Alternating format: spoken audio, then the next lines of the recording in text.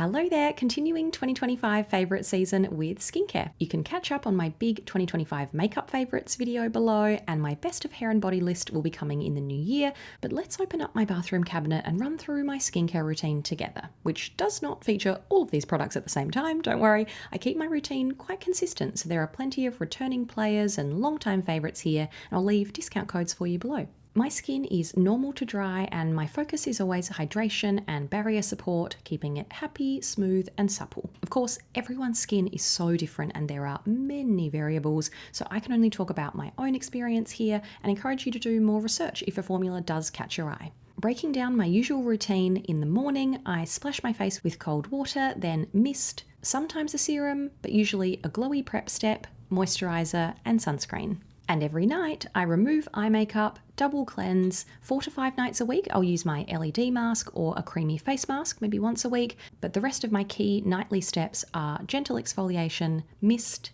essence, serum, and moisturiser.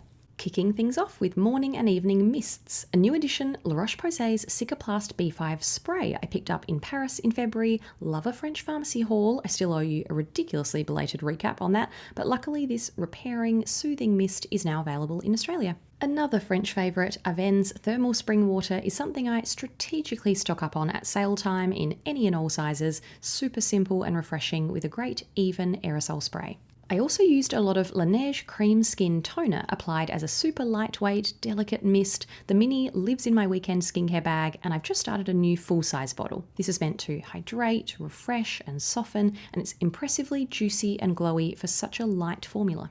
I also got stuck back into a very old Aussie favourite, good old Jurlique Rosewater Balancing Mist. The other mists I use tend to be fragrance-free these days, so this one always feels like a sweet treat. It's still the most realistic blooming garden rose scent I've ever tried. Next, a standout morning serum. I first tried Caudalie Vino Perfect Brightening Dark Spot Serum during a Vino Perfect facial in Paris a couple of years ago. It has rave reviews and before and afters, and one sells every 30 seconds. As someone whose skin is quite sensitive to vitamin C serums, this is a great gentle alternative that contributed to a much brighter, more even complexion this year. So much so, I recently repurchased the bigger size. I really owe you an empties video too, don't I?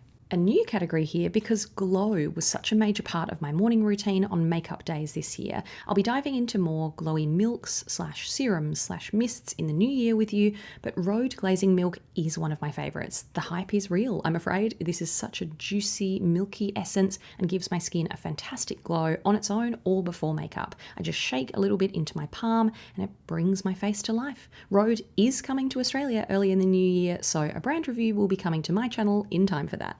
If I wanted a more lightweight feel but just as much sheen, I love Merit Great Skin Instant Glow Serum. Very aptly named because it truly is an instant glow, which is always a pleasant surprise given this biphase texture is so thin and watery. Never too shiny or greasy or oily, just luminous once you work it in.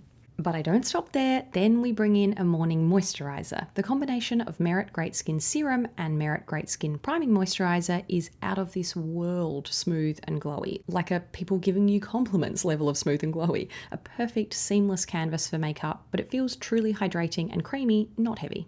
Speaking of smooth, one of my favourite discoveries of the year was the Mimetique Skin Restore Face Cream I picked up in Paris at Le Bon Marché, but luckily the brand has also arrived in Australia since then at Mecca's big Burke Street store, tour coming soon, and it's also available online now. Plumping, hydrating, restoring, and a superb soft feel and glowy finish. I worked my way through many a Typology moisturiser tube. First up, their 9-ingredient face moisturiser, an excellent example of the minimal moisturiser style the French skincare world is known for, made with only 9 ingredients, as the name suggests, with a non-sticky texture that feels nourishing but sinks in quickly. More of a satin finish, not super dewy, so I also loved Typology's Nourishing Moisturiser. I swapped to this for winter mornings, but continued right through spring and now into summer because my dry skin drinks it in. Love the comforting, soft and supple feel and glowy finish. I'm sure you're picking up on that theme here. This is a much thicker, richer texture that massages in best on dry skin, so I'll let my other steps dry down a little first. Also still swapped to my trusty Allies of Skin Peptides and Antioxidants Firming Daily Treatment, a multitasker that hydrates, firms, refines, brightens. It's basically working as hard as a face mask, but feels quite thin and looks great under makeup too. Before makeup, sunscreen is the last step of my daily skincare routine, and yours, hopefully. Just stocked up on La Roche-Posay's Anthelios Invisible Fluid SPF 50+. Big fan of a big pharmacy sale heading into Australian summer. I'll happily use this bestseller on my face and body because it's so thin and watery, and the slim bottle slips into even the smallest of bags to reapply. I'm on a mission to try more lightweight Korean and Japanese sunscreen formulas in 2026, so please leave any suggestions below. But I already know the Beauty of Joseon Relief Sun SPF 50+ is a great pick, a very light, smooth texture, sinks in quickly, and it's more widely available and more reasonably priced than some of my past SPF picks. Love to see it. Jumping to the end of the day, it's time to take off my makeup. My Chanel eye makeup remover days are long gone because La Roche-Posay Respectissime does a similarly gentle, effective job for a third of the price. My first face cleanse is still a swipe of Bioderma Sensibio H2O to help remove face makeup, sunscreen, sweat, dust, the day in general, in a gentle, non-drying way. This one's from a French pharmacy, so it says Créaline, but the pink lid means it's the same as Sensibio. I swapped between a dynamic cleanser duo. A lovely new arrival for me was Vintner's Daughter Active Renewal Cleanser. I've been a fan of their incredibly luxurious face oil for years, so it's no wonder this cream cleanser wowed me so much I'm onto my second bottle. I massage it onto dry skin, then add water to emulsify, and it delivers a double cleanse in one go, leaving my face noticeably soft, balanced, and bright. Their signature botanical scent brings you an excellent touch of spa relaxation too. My Allies of Skin Molecular Silk Amino Hydrating Cleanser has returned many tubes over. This is a simple jelly texture I also like massaging onto dry skin, then adding water. Hydrating ingredients, a thorough but super gentle cleanse, and a refreshing, softly clean feeling. Won't go anywhere without it. On dry, freshly cleansed skin 4 to 5 nights a week religiously, I scroll for 10 minutes while my Omnilux LED contour mask gets to work. This is without doubt one of the steps that has made the biggest difference to my skin in the last few years, and consistency is key for less redness, more even, brighter skin, softer fine lines, definitely more of a glow to the point where I use less base makeup. I never take this topic lightly because it is a big purchase, but the way I explain it to friends who ask me about it is if you're a regular facial goer or a red light therapy fan, or you rack up a big Sephora skincare bill, the fact you can use this every weeknight at home with noticeable continued results and an Omnilux code for you below means you'll end up spending less on this than your other skincare habits. Huge fan. When my Omnilux red light switches off on weeknights, I go in with Biologique Recherche Lotion P50W, the gentle liquid exfoliant that was my next greatest contributor to better skin in 2024 and 2025. I'm still using a damp cotton round to be cautious, but I've worked my way up to a dozen drops a night and now use the bigger bottle for better value.